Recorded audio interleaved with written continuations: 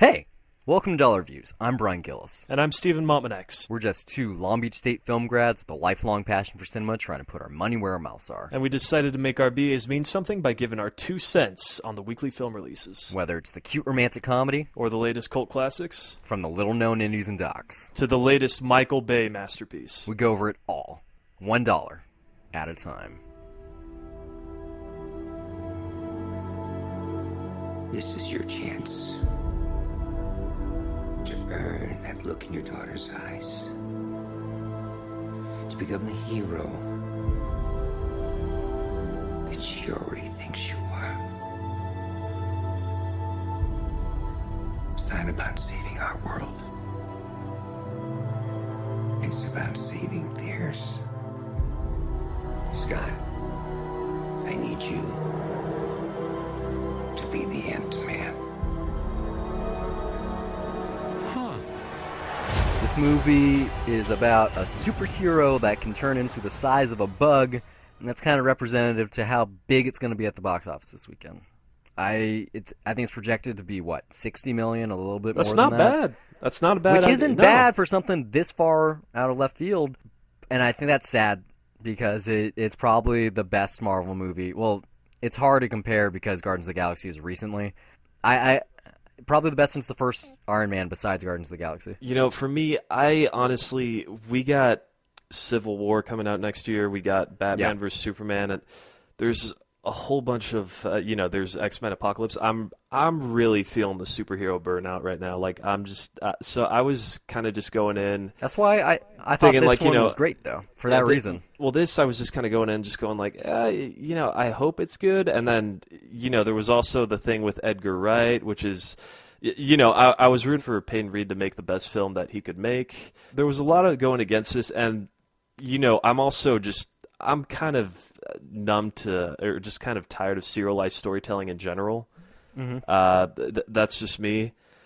So, when this movie starts, right away, it had this made-for-TV look to it, and with the cold open, that opening scene was horrible. I was just starting to feel like, oh man, here we go. It's another episode of the Marvel Cinematic TV universe show. Yeah. They had Agent Carter there, Peggy Atwell. She was one of the people in the room. So yeah, so just a lot of things in here were going against it for me, not really helping. And it starts okay. The humor, it's kind of dry and it's kind of funny.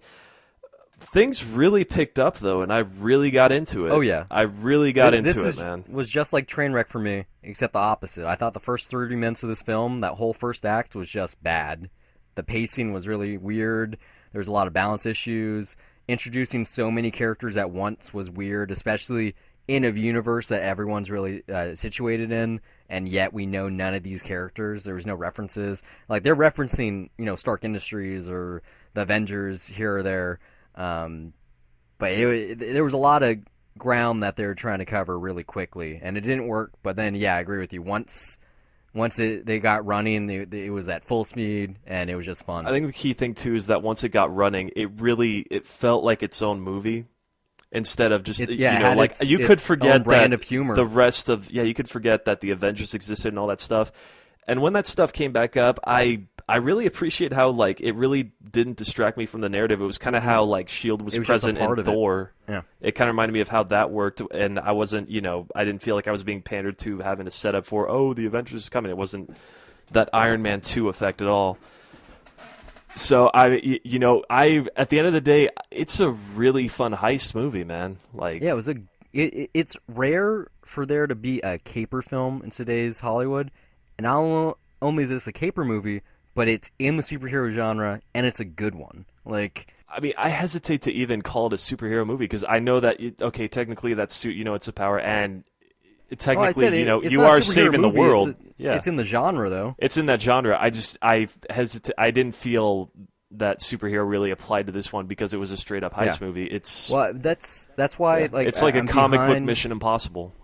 Yeah, I'm behind Kevin Feige. I understand now why this had to be in the phase 3 of the MCU, because you had to build up this universe to a point where you're allowed to take these weird, gambles on just a genre flick. You know, that's why this gives me great hope that the Spider-Man movie is gonna be that 80s-esque John Hughes high school romantic comedy. This makes me believe that that can happen, that you can do that tight-knit genre within a genre. Like, it's already set up. I thought the best part of this movie was Michael Pena. Yeah, he really reminded me of his role in Observe and Report, in a good way.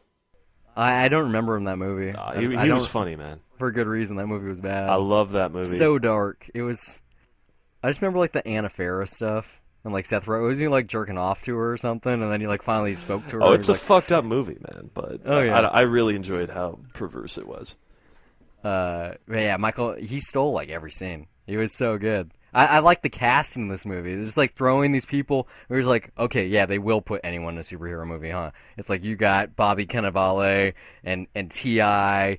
and whoever that Russian guy was. I don't even know who he was. And you got then some weird stuff. You got oh man, what's her name? The chick from Lost. Arrested Development. Or no, not well. Evangeline Lilly was kind of weird too. No, but, she was good though. No, yeah, she was good. Actually, what's Judy Greer from Jurassic World? Yeah. The mom? Yeah. Yeah, I was like, wow, did they put her in this movie? And then, did you notice that the little girl was also the little girl from Selfless? No, I did not. You didn't notice that? It's the same girl. The difference is here, her front she teeth turned were in a missing. much better performance. Well, she had a better script. She was much more cute here, yeah. Yeah, she had a better script and more heart. So, yeah. Like, I don't know what you're expecting from Tarsem Singh. He was probably focused on, am I going to get the Emerald City gig at NBC?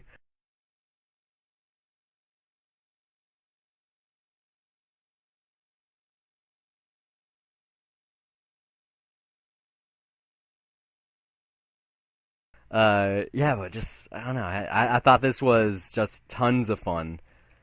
So much fun. I think that the villain is pretty weak here.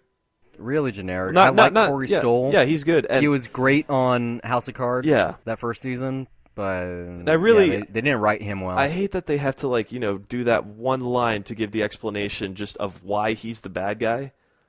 It's trust me. Well, not only that, it's just summed up in this line of like, it's doing stuff to your brain, man. Like, using science as an excuse. And I mean, I'm not.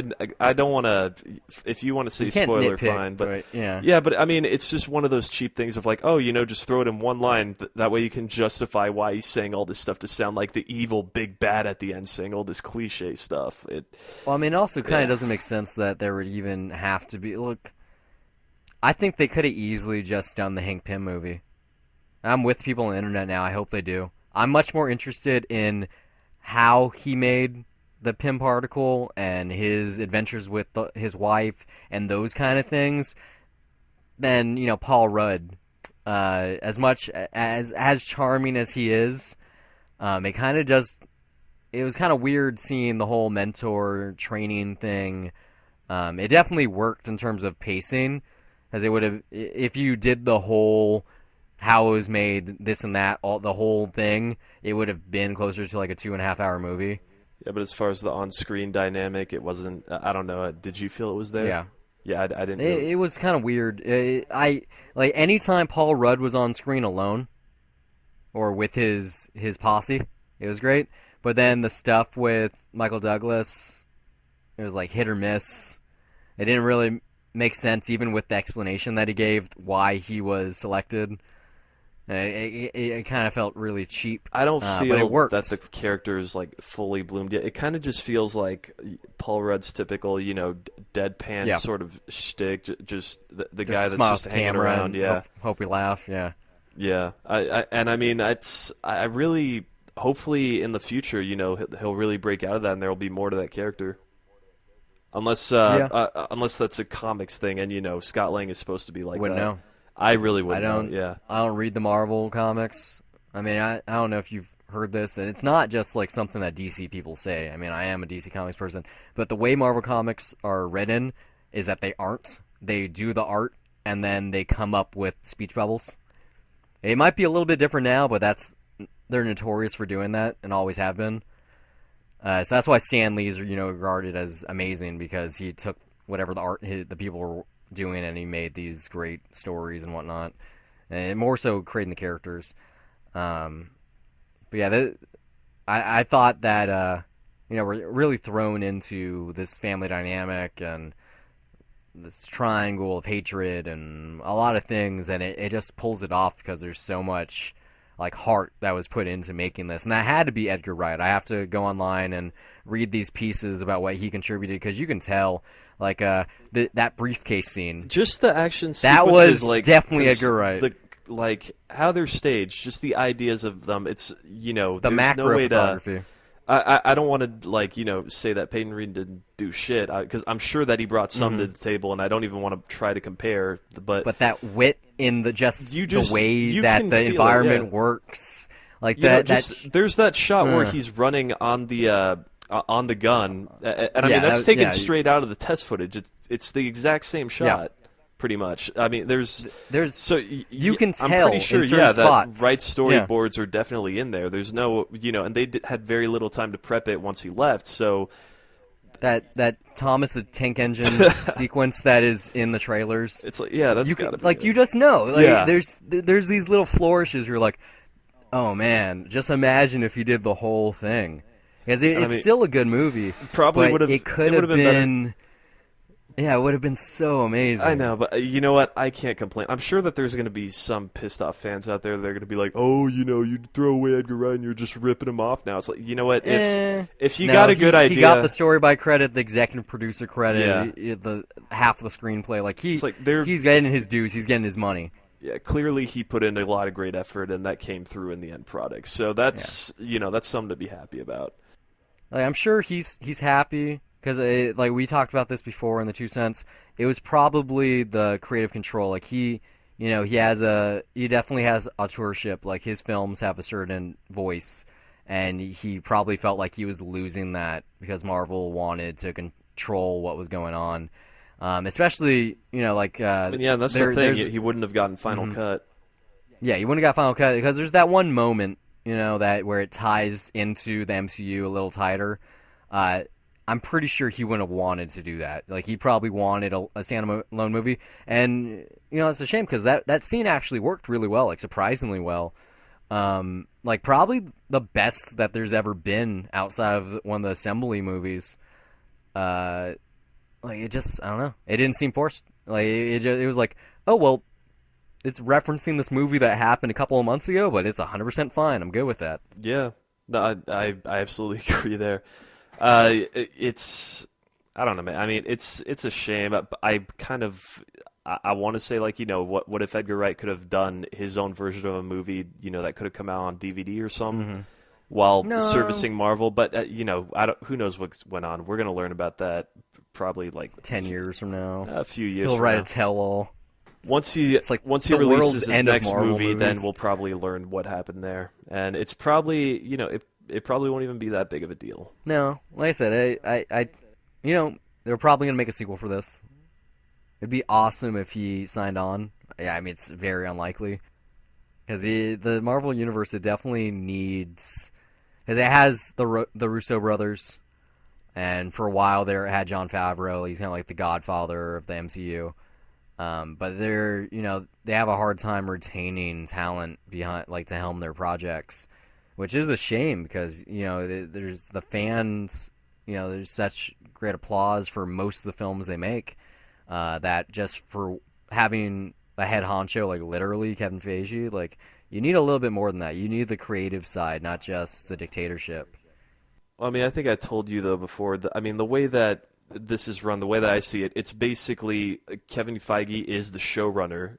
This is like a TV show, so when you bring in like these very auteur directors, it may not necessarily work well. You bring in TV directors like Alan Taylor or even the Russo brothers, who are very talented, but they're familiar with that dynamic because they worked on TV before. So it's when you work on TV, you're servicing the producer's vision.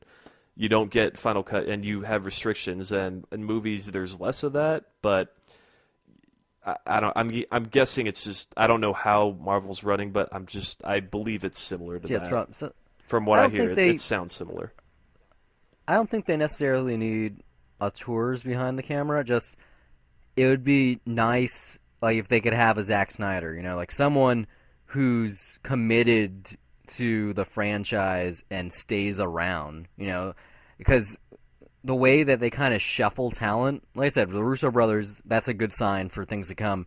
But the fact that they have a hard time tying anyone down for more than one movie, like it might end up being a bad thing in terms of tone or whatnot, because you kind of need someone to do it. Like, look at Tim Burton, who did 2 Batman movies. Joel Schumacher did the 2. We got Christopher Nolan's trilogy. We got Zack Snyder doing DC. So, like, people can give DC some shit, but at least in terms of creative control, they've kind of got that, like, where it needs to be. And I hope Marvel can fix that. Like, maybe Disney is working on it. Like, it seems like the contracts that they have right now, it seems like they are. I mean, for me, I personally, I like it that they're getting new talent on for the next movies. It's because then it allows you to go to a place that's different tonally. I can't, I love the first Thor, for example. In fact, for me personally, that's probably my favorite movie in the MCU. I love the humor in that movie. Yeah, and I love just the little touches that Brana does. I love the way that I heard they're trying to get him back from the next one. Yeah, no, I hear that too. Ragnarok. But I can't.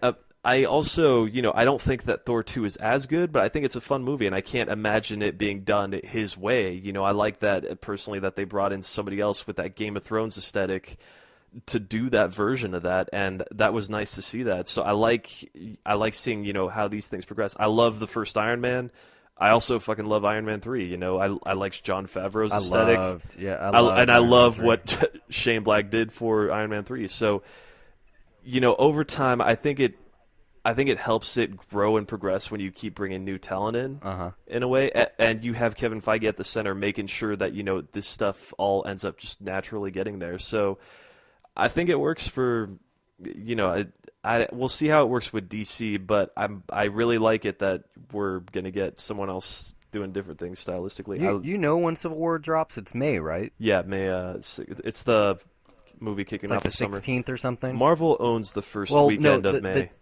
The summer starts March 16th. Let's get that right, or 18th. For I don't know. Batman vs Superman. That's when the summer really begins. Okay. Yeah. Like that. Sure. That's it.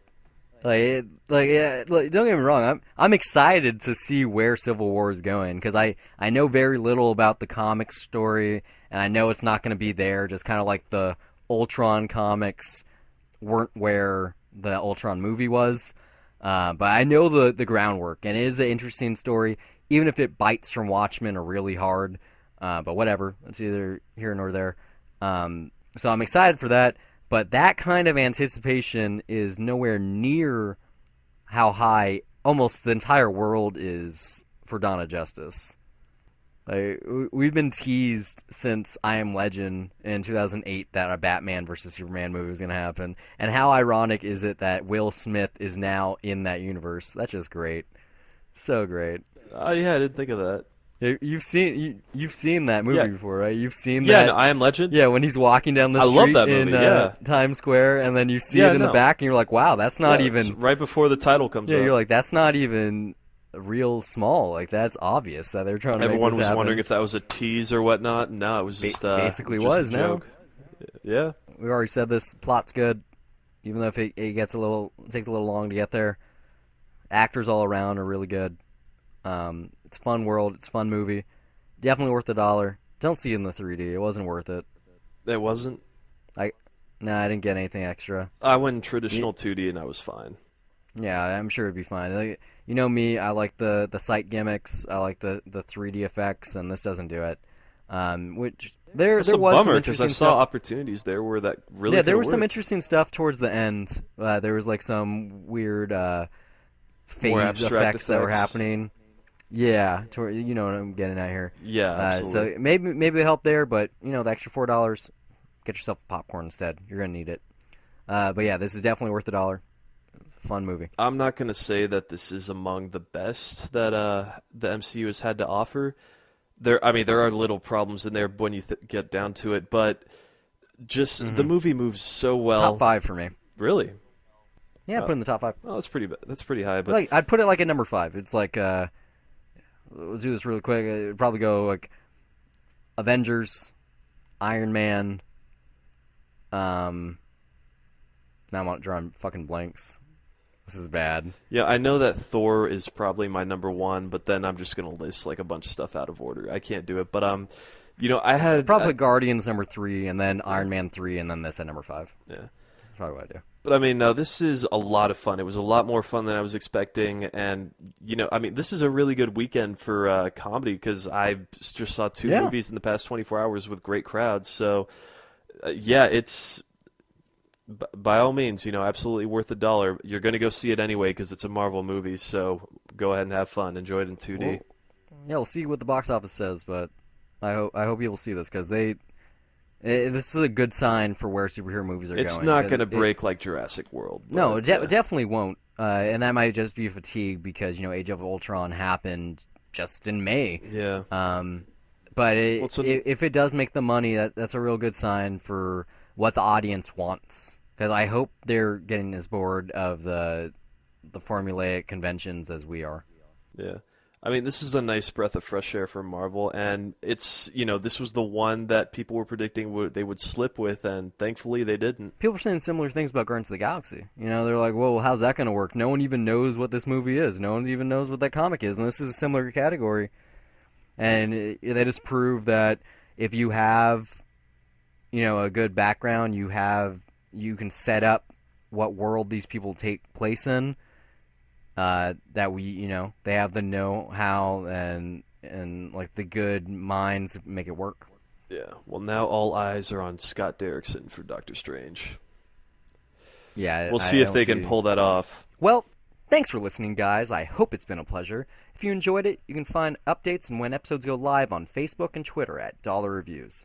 You can follow me personally on Twitter at Brian Gillis, that's BryonGillis, and also under the same name on the lovely site Letterboxd, which acts as my film diary, where I rate the films I watch on an almost daily basis, write the occasional review, and even sometimes compile lists. You can also find me on Twitter at S_MTX, and also follow my film diary at letterboxd.com. My username is also S_MTX. There I log everything I watch and sometimes write brief reviews. If you loved what we said, you'd like to contribute some talking points, or you just want to laugh at us and send us hate mail, you can do so at dollar.review@gmail.com. And since we don't know where you're listening from, you can find our recent reviews on iTunes by searching Dollar Reviews. We're also on SoundCloud at soundcloud.com/dollarreviews. And if you're sad that you missed a review and you can't find it on either of those platforms, you can find our entire archive at youtube.com/dollarreview. Once again, that's Dollar Review, one word without the S. Until next time, keep the change.